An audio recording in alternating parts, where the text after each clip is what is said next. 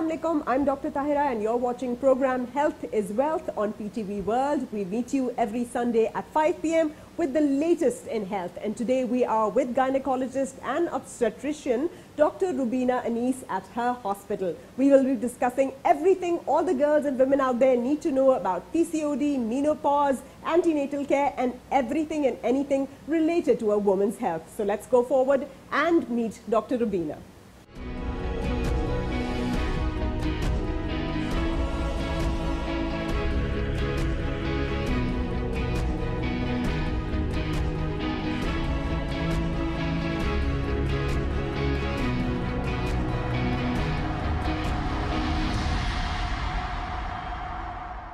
So here we are with Professor Dr. Rubina Anis and we are going to ask her all the questions that we have in our mind regarding gynecology and obstetrics. So let us start, Dr. Rubina, with the idiot syndrome. Everybody, almost everybody around us is nowadays an idiot. And why are we an idiot? Why? Because we are out to believe everything and anything that's out on social media. People call themselves influencers, they're sponsored, all these celebrities, they come out there, they start endorsing anything and everything and people believe it. So could you tell us a little more about this idiot syndrome that's so rampant out here? Oh, thank you, Tyra, for inviting me today and I'm having this great opportunity to discuss very good and important topics about my specialty. You have started with idiot syndrome. I must tell you, it is not basically idiot. Idiot stands for I for information, internet-derived information, obstructing treatment. Exactly. So idiot stands for internet-derived information, obstructing treatment. Basically, we as a consultants are nowadays very in a difficult situation when we are counseling the patient about any of their physical illness or any of their health issues, because they have already some knowledge from their Google auntie and from the social media and from their community members and from the quacks, and they have a fixed ideas which they usually do not change by our advice, and we have to counsel them repeatedly again and again with references that please do not stick. So what do you think, Dr. Saiba, why is it like this, that people have started to trust the internet so much? They're sitting there, they're scrolling through their phones and then they see these reels coming by and then they're like, oh no, this is the treatment, I need to buy this, I need to use this, it's best for me, for my fertility, for my skin, for my hair, and as a result they're destroying their entire bodies and systems. What is One of the reasons is, I think, Tahira, it is easy access to the information. So easy access to the information and people get them right in their bedroom, right in their drawing room. They do not have to go out of their home and pay some fee to a consultant and that's why one of the basic reasons is this. Secondly, some quacks are or some GPs are also misguiding them and our main community, so middle class, usually do not have the right hand knowledge who is the consultant and who is the quack. And so whatever the quacks tell them or whatever the GPs tell them, they started believing them.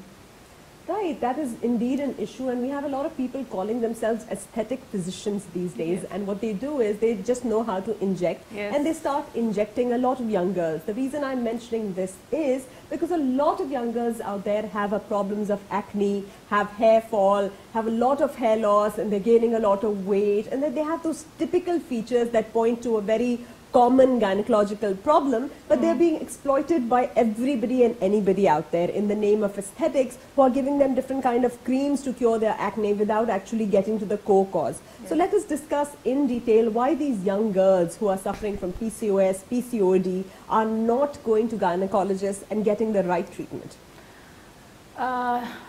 If we discuss about the polycystic ovarian syndrome, what PCOS stands for, as the name suggests, is poly. Poly means multiple and cystic means the small cystic vesicles in their ovary, and syndrome means a combination of different things. Basically, it's a hormonal imbalance, and I must say it is not a disease, it is basically a lifestyle problem. The way we are living, we are acquiring all these problems in which PCOS is. So PCOS is having an also nickname given by some of the sweet young girls, PCOS. Right, yes, it's become vogue, right? It's in style to have PCOS. But the latest name given to the PCOS by consultant is reproductive metabolic syndrome. Okay. Reproductive metabolic syndrome. What happens in the PCOS? First discuss what is PCOS. In polycystic ovarian syndrome, hormonal imbalance, so what we are having, we have excess of androgens in our body. So the male hormones start to be in excess? Yes. That is why we have the facial hair and, you know. That is why we are having masculine features in the female body. We have more unwanted hair and the less wanted hair, more acne. This is because of the androgen excess in our body. Secondly, estrogen dominance, and third is the insulin resistance. The metabolic syndrome. Most of the people know what is the insulin. So whenever there is insulin resistance in our body, the cells do not get enough of the glucose into their cells. So they start getting more weight and start getting a fat accumulation in their body. It's a vicious circle, whereas the more weight leads to the PCOS, and then the PCOS leads to the more weight, and then all these girls, they don't move, they're very sedentary, sitting on the net all the time. They are disturbing their circadian rhythm. Right. Circadian rhythm sleep is in the morning, and then stay awake at night. They are disturbing their internal biological clock in their circadian rhythm is internal biological clock in your brain, which regulates your hours of sleep and hours of alertness, and it is controlled by the light. So if we do not follow the sunrise and sunset routine, ultimately we are having a hormonal imbalance. So this is so important for all of us to understand, because all these girls, almost everybody in the young generation stays up at night. We go out at night, we dine out at night, we have parties at night, and in the morning they're sleeping till 2 p.m. So kindly please advise all these young girls, because who think it's very stylish to, you know, sleep till that late, that it's not your mother or your spouse or your... Whenever I counsel them, they start comparing the other people, that she's also like this, but she's not having these symptoms, she's also like this. And secondly, one thing I must mention, nowadays most of the people are working online. Exactly. When I counsel my patients about these things, they said, Madam, what can we do? We are working online and hours of working are not matching with the sunrise and the sunset routine. That's why they wake up late, and their melatonin is not regulating. Because melatonin has to be released at a certain time, and it's with the sun setting and everything. That is true, but it holds true for a lot of other girls as well who are not working online, who are not on call centers, who are not doing such jobs, we just have adopted this routine. There is another most important reason, diet. We are having processed food, we are having refined carbohydrates from the very teenage, from the very beginning.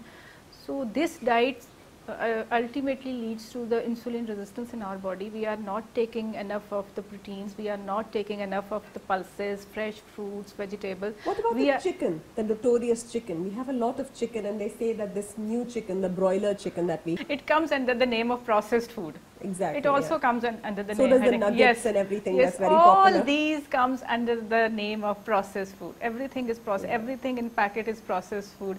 Everything comes in a frozen can packet. Yes. So we have to be very, very organic, like we used to be back in the day, and start having all the things from... We cannot be much organic in these days, but we can focus on taking fresh fruits, fresh vegetables, pulses, nuts, and a lot of what about these seeds? There's a lot of, everybody's talking about seed cycling, pumpkin seeds and sunflower seeds and all these flax seeds, chia seeds for PCOS or PCOS. So is it really advised to have these seeds? Are they good for you? Seeds are good for you because they have nutrients in them. Everything having a good amount of nutrition and B complex and B1, B6, thiamine in them, it's good for you. That's why seeds are recommended. So we have a lot of exercise, and we have the nutrients, and we have a good organic diet that's freshly cooked, and you cook it yourself. What about with the medical treatment to it?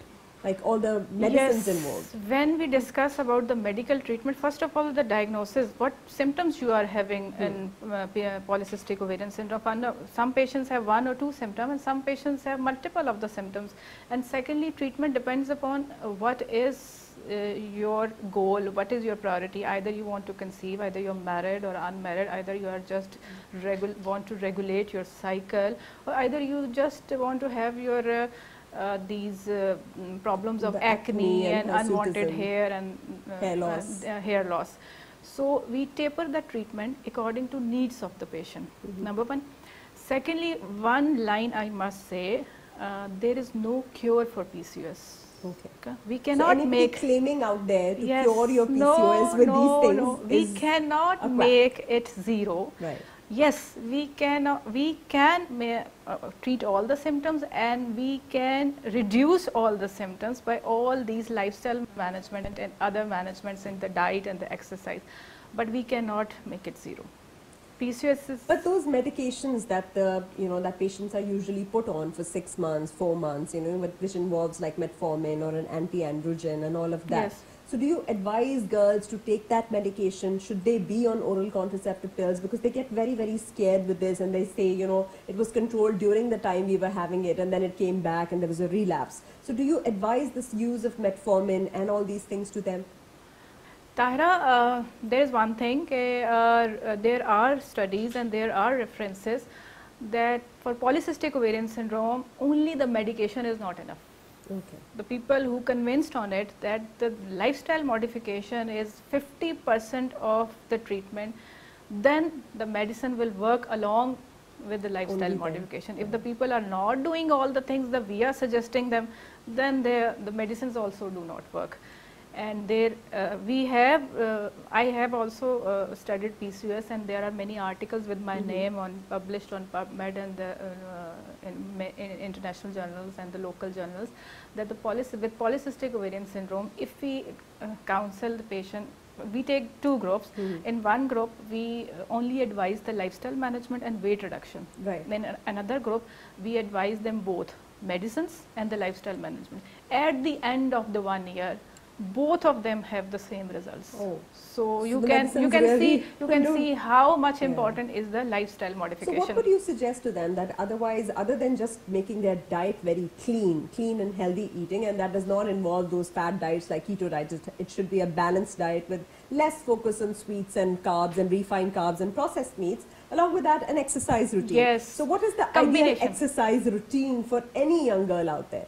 Exercise routine for all the young people, even for all the women in 30s and 40s, even in 50s, they should do a combination of exercises. It should be a cardio, it should be a strength training, and it should be a yoga, all mixed, and at least 4 to 5 times per week. And minimum 30 minutes, and average is 1 hour per day. 1 hour is a lot for them. 30 minutes in morning and 30 minutes evening. So maybe a brisk walk in the morning and then 30 minutes of workout in the evening. But unless you're not going to change your lifestyle, nothing else is really going to play a part. And improve daily physical activity, like use stairs instead of lifts, and try to go to the market on foot if the weather is good. Improve your all daily routine physical activity. Doing these, taking these kind of diabetic medications nowadays for weight loss. It's very popular. Not metformin. They're taking Ozempic and semaglutide and Wegovy and all this for weight loss, and a lot of people are doing it for aesthetic reasons. I'm sure a lot of women out there are using it through these vendors and everything. People always want an easy way. Yeah. If they want to lose weight, they ask, madam, give me some type of a diet, madam, advise me some sort of a kava so that I can reduce weight. They always want an easy way. What you don't put in. They do not want to do in some exercise or hard work. They always want something to eat to lose weight. So that can't happen. Yes. So you have to go for portion control. You have to be putting in less than what you're consuming. Yes. And all these medications that we just spoke about, they're of no use because it's going to come back. Right? And so we have to go the hard way. And now we spoke a lot about PCOS, but the hair, what do you suggest, like people should go for, like laser hair removal and the other acne medication while they're getting treated for PCOS? They should take all of the dermatologist recommended treatment, because for this androgen excess syndrome, for polycystic ovarian treatment, Gynecologist and dermatologist should work together. Exactly. Because both treatments should work together. And what are the tests? What are the investigations that they should go for? FSH, yes. LH, the hormone Number of the analysis? Investigations we are advising as serum follicle stimulating hormone and luteinizing hormone. We usually suggest follicle stimulating hormone and luteinizing hormone during their menstrual phase, because they have a specific ratio in their follicular phase, and it should be a 2:1. That means that for FSH should be twice the ratio of FSH and LH. FSH should be twice of the LH. Yeah. But FSH, if not double of the LH, FSH is less than of LH, it means the cycle is reversed or there is an imbalance of hormone. And then they go for an ultrasound to confirm if there is some kind of... There are other tests, that serum testosterone, there are serum insulin, fasting insulin, serum fasting blood sugar level, thyroid stimulating hormone, prolactin hormone, because thyroid stimulating hormone and prolactin hormone also have some tendency to rise in polycystic ovarian syndrome. What about prolactin? You know, some people have a lot of raised prolactin during stress. What would you what could you say about that, like raised prolactin levels and the symptoms associated with this, where they start having galactorrhea and all of that? Stress is now part of the life, I think. So many people are having a raised prolactin. A raised prolactin, if it's in hundreds, it means it is because of the stress. There are other reasons. In breastfeeding, prolactin is raised if the mother is breastfeeding. Secondly, during pregnancy, prolactin is raised. Third one is physical and mental stress. And do we have a treatment for it other than just relieving the stress? Are there like medications available to reduce this prolactin? Yes, there are treatments available for raised prolactin, but we recommend treatment only when the prolactin is above the certain level, because the treatment for prolactin or medicine for the prolactin have certain effects. It lowers the blood pressure, it have side effects of the vomiting and nausea. So basically you should not be self-medicating, and that was what the idiot syndrome was all about. You just don't believe the internet, and you have to go to a gynecologist and take a proper consultation before going forward with anything. Yes. Now let us talk a little bit about menorrhagia, because all these young girls have a lot of problem during their periods, during their cycles. Either they bleed too much or it's too painful, dysmenorrhea. So what would you advise to all the school going girls? How should their diet be, and what is the ideal way to go about, if they are bleeding way too much and all of that?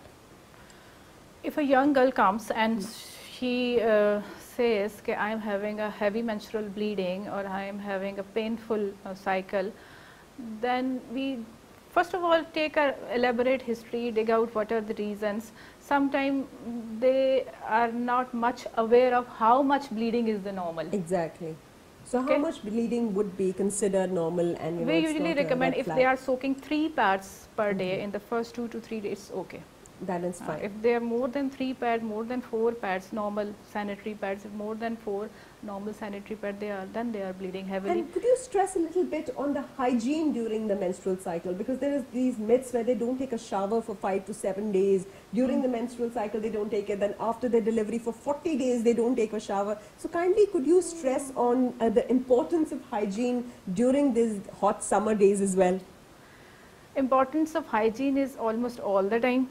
It is not restricted with the menstrual phase, it is not restricted with the postpartum phase. I often recommend my patients, even if they delivered or even they have a C-section or cesarean section here, to take a bath within 24 hours. Exactly, that's how important it is. Yes, to prevent take a bath sort of within infection. 24 hours. They usually have a misconception that my stitches, my टांके खुल जाएंगे. They often use a word. So counseling is very much important. Communication skill between a consultant and a patient is very much important. If we communicate in their simple words, in their own language, okay, don't worry, it's okay, we are here and do what we are advising you, they usually follow our advice. So don't follow the internet, follow a doctor who tells you to actually clean yourself regularly. Now let us come to the older women. We've spoken enough about the young girls. What about women in their 40s, in their late 30s, touching 45, and they start having hot flashes and their cycles get irregular and they start, touching menopause and aging, and then they're all scared. So what are those symptoms? How do we go about it? How can we delay it or cope with it? You're talking about menopause? Yes. Okay. Menopause is every woman's yes. life. Many women are scared of talking about menopause, Exactly. and the females think that it's the end of the road. No, it's not the end of the road. It is, I think, a beautiful transition from one phase of the life From to a girl another to a phase woman. of the life. It's a very happy phase. So if we go for the WHO definition of menopause, it is a cessation of your menstrual cycle at least for 1 year. Okay. And the hit time is between 45 to 55 years of age. All right. Okay. So that's when it hits. And usually. many women have different symptoms. All the women do not experience the symptoms or mentioned in the menopause. Some have some symptoms, some have all the symptoms. So one word for all the females in this age between 45 to 55, the self-care is very important. First of all, educate yourself about what is menopause. Right. Don't be scared of the words written on the internet, written on your Google and the social media, and what the other people are talking about. No, it's menopause, no, it's the end. You are going to have bone weak, you are going to have joint pain, you are going to have osteoporosis. No, self-care is very important. So self-care involves what? Like weight-bearing exercises? Self-care started in early 40s, Okay. even in 30s. Like we were talking about polycystic ovarian syndrome. Exactly. So self-care started at that time, even in 20s and 30s. If the self-care continued, this will help at the menopausal stage. So menopause had 3 stages: perimenopause, menopause, and postmenopause. Okay. So first of all, you may have, if any female have a symptom of unexplained night sweats, hot flushes, irregularity, and then they miss the periods. And then one thing, some of them have a genetic or family history of early menopause in the 45 or 46. Average age is 50, but some may experience around the 45 and 46. So what is menopause? It is the cessation of menstruation. Why cessation of menstruation? Because your ovaries are not working now. Okay. Your ovaries were producing the estrogen, your main feminine hormone. Yeah. Na? So now is it it's going to off. affect your femininity in some way, your mood, irritability, Yes, it your can be. skin, your Yes, aging, yes. wrinkles, Yes, your joints? estrogen is basically soothing your skin. It's So it is responsible for scary. your Then- collagen in your should we- skin. So should we be taking HRT, hormone replacement therapy, which is very common in the West, and a lot of women take it and they can somehow delay the aging process instead of just going for other things like fillers or So we Botox? cannot stop it, but we can delay it. We can, and what are Yes. those methods? And we can be optimistic, we can be happy. Now it's another phase of the life, and we can have some aesthetic treatments and we can delay it. But HRT, would you be advising that to people like hormone replacement or not? Not for all, Not not for for all. all. It should be always after consultant advice. But is it regularly advised? Not regularly advised, because HRT have some side effects too. It is always individual based. First of all, we investigate how much they are having the symptoms. Some of the symptoms may be if they improve some of the changes in your daily routine, they can, like symptoms, they have dry skin. Because of estrogen deficiency, they may have a dry skin, they may have a weak bone, they have excess fatigue, they have irritable moods, and they are more irritable, anxiety, sleeplessness is also very common. So basically you need to fight these moods and these joint pains with exercise to release your endorphins and to have your joints moving. Taking good supplements. What taking are the daily supplements you would advise to all these women out there? And this calcium, vitamin D, evening primrose oil, and all the supplements not always from the medicine, supplements from are herbs from, yes. All right. So evening primrose oil has a good role in PMS as well. I've heard that, premenstrual syndrome, where you start crying right before your period and start fighting and you feel, you're the one who's suffering the whole wrath of the world. So how good is it, and who can take it, and how much should be taken? Evening primrose oil should be at least 500 milligram daily, and when advised, we around 45 and 46 of age, if patients are having perimenopausal symptoms and mild symptoms of menopause, they should start taking. And vitamin D as well? Yes, vitamin D as well. And calcium as well. Most of the females are now vitamin D deficient, even in the 30s and 20s they have Especially to take the vitamin D. With our kind of complexion, I've heard that even the sunlight doesn't help in the penetration, and we all are pretty much vitamin D deficient. In self-care, exercise is most important. We usually do cardio exercises, and most of the females think that the cardio is is the only exercise, jumping and running and walking. But for menopause, what weight bearing? Yes, weight bearing is the only exercise which helps you, because in weight bearing you strengthen your muscles, and when you strengthen your muscles, then your body weight shifted towards the muscle, not only towards the bone. So at the age of 50 and between 50 and 60, when your bones are weak, your muscles are better, and they take more of your body weight and less weight on your joints and on your bones. So it's going to help you from the joint pain, from the depression, from the sagging, and also from arthritis, osteoporosis and all that. Exercise also releases endorphins. Endorphins are happy hormones. Exactly. So and the glow to your skin will come back. The happy hormones. And in menopause what happens, you are always irritable, you have mood swings, and people around you, even your male partner, is not understanding what happens to you. I think they never understand, and especially during menopause, when the woman is getting cranky and old, nobody wants to, If I say educate yourself, I also suggest educate their male partner too. Exactly. Educate the male partner again and educate again, their family. Remind them that this woman has been with you throughout her life. Educate their kids, educate their family. Okay, this is not only she's becoming cranky, she is having some sort of her physical. Yes. Physical. So when we talk about this, could you stress upon postpartum depression as well? Because that's also another thing that the male partner does not understand. Where a woman after delivering, she has so many changes in her body, so many changes in her system. She's coping with a child who's not letting her sleep. She's breastfeeding, and then this depression. So can you talk about that as well? Yes, Taira, because the knowledge and education about these things is very much low in our society. And in this phase, especially after the postpartum phase, male partners is not even not living with her wife. They always change their bedrooms, and with the female, the other either mother-in-law is living, and either the sister-in-law is living, and she is in a whole 40 days she's living in a one room. There are a lot of restriction. You can eat this thing, you cannot eat this thing, you cannot do this thing.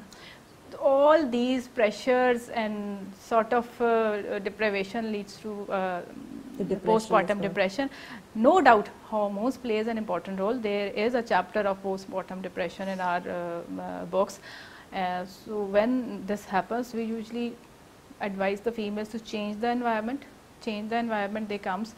Some may need antidepressants or anti-anxiety, but mostly with the change of the environment, by educating their partner, it helps a lot. It helps a lot. Okay, now let us talk about a few other things, especially when it's involving getting pregnant. What are the care and the precautions or the supplements we need to know before we get pregnant? What is the natal care during pregnancy, and the complications once the child is delivered or during delivery? So let's talk about obstetrics. It's a huge topic. You have huge, but, just to cover it up. In summarized form, prenatal care started from 3 months before you plan for the pregnancy. So when you're thinking of conception. When you're thinking about you're planning a pregnancy and planning a baby, start your prenatal vitamins, especially folic acid. Check your blood sugar levels. Start eating healthy. And when you, in any case, if you have some medical problem, do consult your consultant before getting pregnant. Some may have a blood pressure, some may have a diabetes before, because diabetes is very common nowadays. Most of the females having raised blood sugar index even before conception. And then during when they started their pregnancy, we usually advise their first checkup in the first 4 to 6 weeks. Okay. The booking visits. The booking visit, we check all the parameters regarding physical health and the mental health even. Okay. And of the mother. And what the question they are having in their mind, and what type of lifestyle they are living. All these things matter. Secondly, I advise them that whatever you are doing in your pregnancy, what is your routine, ultimately it makes the habit of your future child. Exactly. If so you are, you should not be eating unhealthy. You should not be, sleeping. Your eating habit is also your eating habit of your child in your tummy. A lot of women are nowadays smoking, and they think somehow that hookah is not, like the cigarette. Can you tell them about it? It affects even the unhealthy food also affects. So why not the smoking and this? So this processed high sodium food, high sugar content food, all these things from the from the wrapper, the can, the tin. So it's all actually poisonous for the baby. Yes, it leads to even gestational diabetes. Gestational diabetes is now becoming very common. Previously, we recommend the diabetes screening and all those people who are having a genetic history, family history and any significant history. Now we are recommending the glucose screening in every female patient who is pregnant, because it is so much common nowadays, just because of our lifestyle, just because of polycystic ovarian syndrome, and just because of our dietary patterns. So people think that, you know, it's very important for us to eat double or triple during pregnancy, and then they start feeding. It is very important to eat healthy, not double. Exactly. So kindly stress on that, and especially these large for age babies, they think, you know, the plumper the baby, the healthier. This is because of excess and refined carbohydrates in their diets. So we have to avoid the naan, kulche and the bakery items, I think. We have to avoid all the time, not even in the pregnancy. Yes, so because we have a, you know, we have a huge tendency to fall for bakery items. You know, we serve them to our guests, we have them on our parties, and we think that this is all that there is to enjoyment. There is a joke. One of a patient comes to me, and I advise her to avoid the reduce your roti content and reduce your naan content and reduce your weight. And then after 3 months, she comes to me and said, Muqaddas, you are not yet having reduced your weight. What you are doing? Madam, I'm just taking a biscuit with chai, because you you advised me to not to take a naan and roti, and she was taking cake rusk and biscuits and chai. They're not even thinking that this is also a carbohydrate. So, you know, they take these cakes and pastries and these, you know, dry items, and they think it's not carbs, but in fact they have even more carbs because they're concentrated in a form, so we have to avoid carbs. What about hypertension during pregnancy, eclampsia and all of that? Because a lot of girls are having that as well. So how do you control that? How do you monitor that? And what are the reasons? If they are coming to us with regular antenatal checkup, which are monthly till 7 months, right, and then after every 15 days till 36 weeks of pregnancy, means 28 weeks they should have to visit monthly, and then till 36 weeks they have to visit every 15 days. So when they come to us on the routine antenatal checkup, we usually pick all these things at an early stage. And when we pick up at the early stage, the prevention is always better than cure. And by this method, we usually reduce the complication rate. Secondly, I must mention here that we have observed that after COVID-19 or COVID wave, we have observed increase in the incidence of antenatal complication. That post-COVID complication is actually there. Yes, post-COVID complication. Maybe it is because of the inflammation, or maybe it is because of the disturbed immune system they are having. So that females are more having a chronic fatigue-like symptoms. They're always tired. They're always exhausted. Even after taking the rest, they do not feel good, and they have more incidence of the low birth weight babies, more intrauterine growth restrictions, reduce in them. How do we overcome this? This is very scary that the whole nation, not the nation, in fact the whole world suffered from COVID, and now we are having these problems during birth. So how do we stop it, or how do we make sure that we don't have intragrowth retardation and all of this low? The only answer, proper antenatal care, nothing else. So you keep monitoring it throughout the pregnancy, and be very careful about what you're taking, and listen, and if the baby is listen to right. your doctor what she is saying. Some of the people in our specialty especially, they have the myths when the mother-in-law and some dadi and some nani comes with the patient, and she said, no madam, we do not have these type of the things in our so it's not necessary time. Why you are saying like this, and why you are saying this? They say, you know, you don't need bed rest because we never took it. Yes. At times, for example. In our specialty, one of the main hindrance in management of all these cases, and every case is different. Every case is different.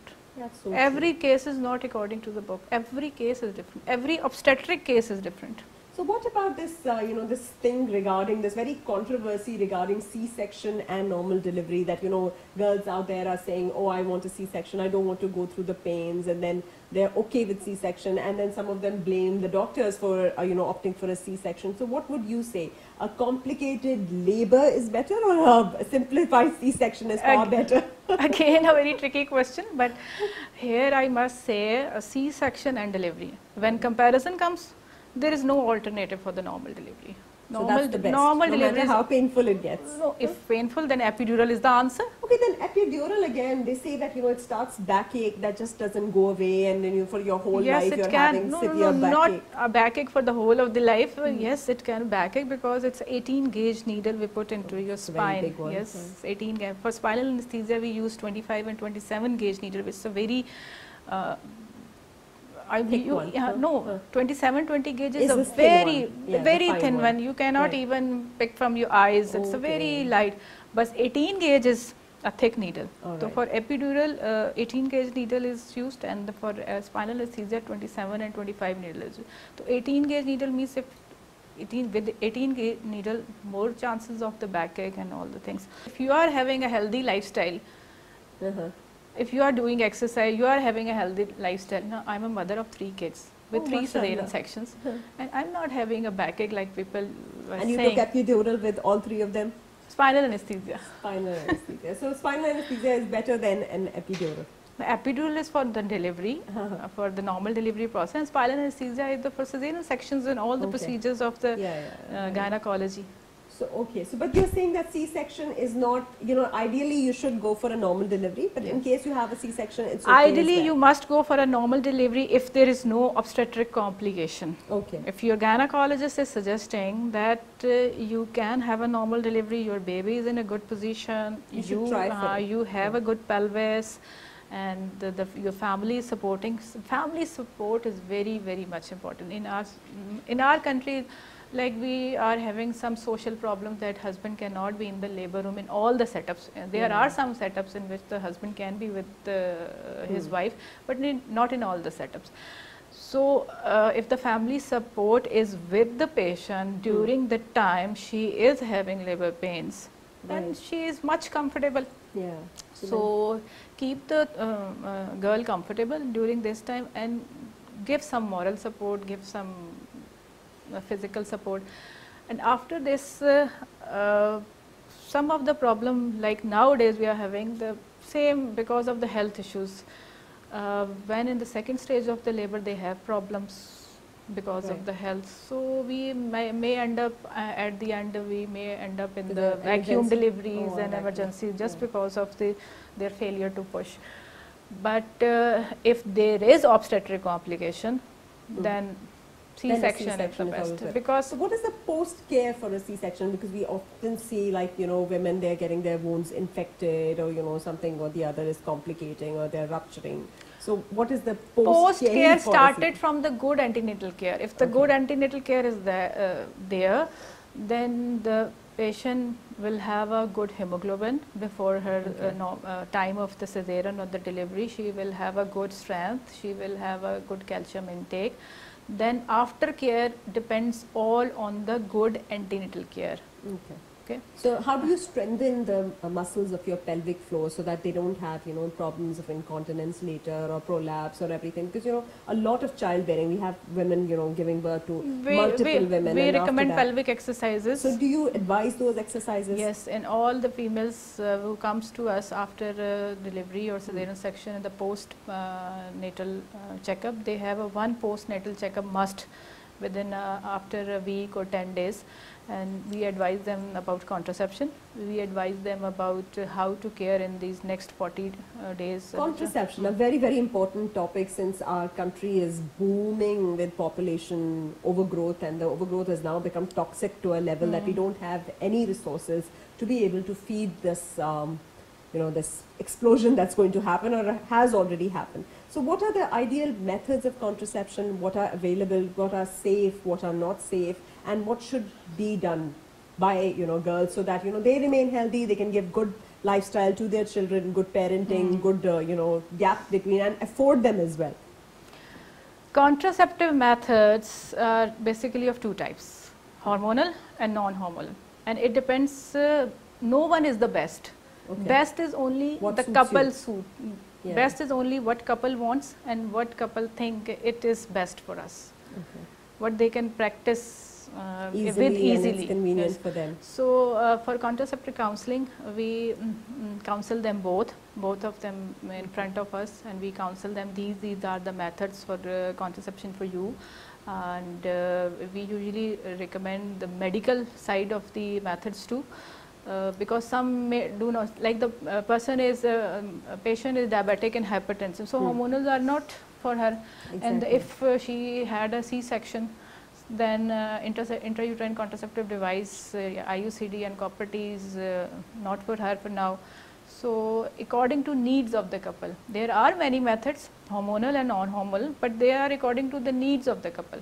So do you advise hormonal ones too as well? So are they safe? Because people get very scared of the implants and the patches and the ones like the Minera or you were mentioning before. So are they okay, or do they have some sort of side effects? Yes, they are okay. They're okay, because we have a proper history of the patient, and when we take this Mirena, is this implant is suitable for her and she can have the symptom, we counsel them that this may happen, you may have irregularity in periods with the injectable contraceptive, you may have irregularity in the periods. So counseling is more important. If we do not give them right hand knowledge, then they, after 2 to 3 months, she started thinking that I have some health issues because of this contraceptive device.